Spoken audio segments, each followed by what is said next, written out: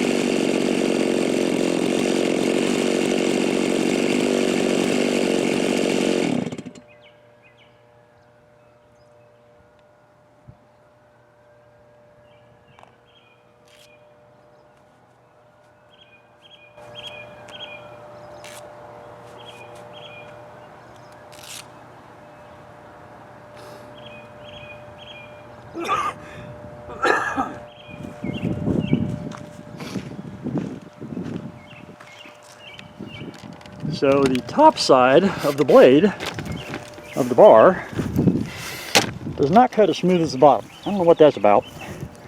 Whatever. That's still not bad. And then take a look at the other here.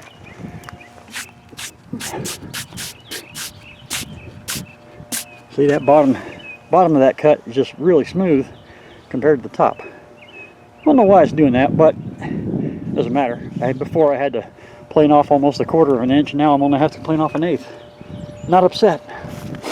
Let me get this on the stack.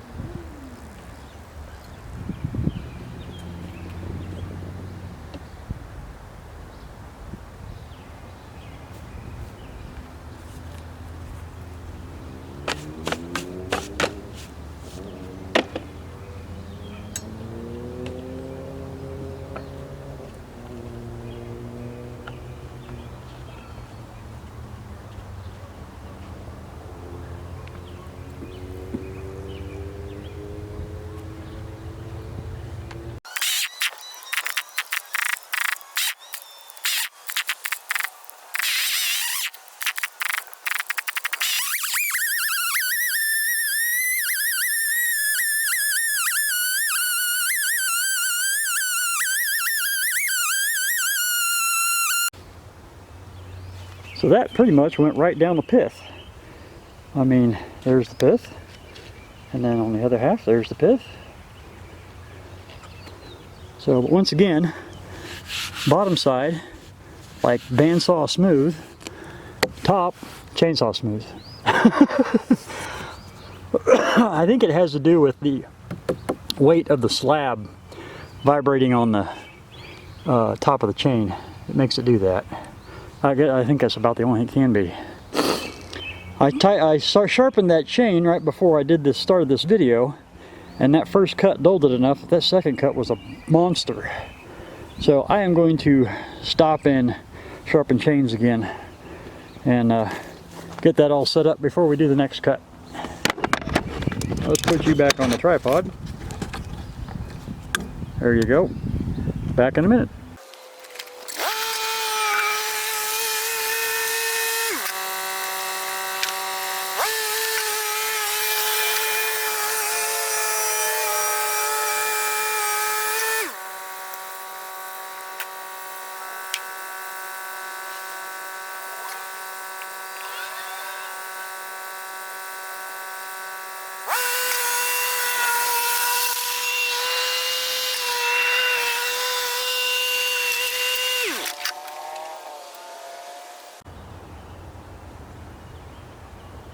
I think I'm going to set it up on something.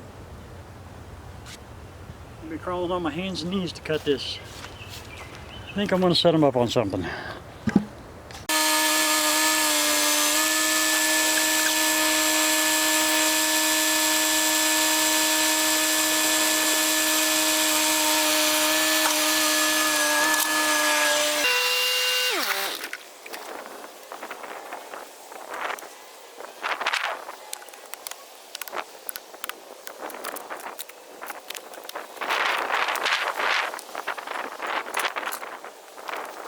Alright, chain is sharp. We're gassed up, topped off the oil. Got the winch hooked back up. And it's time to do it again.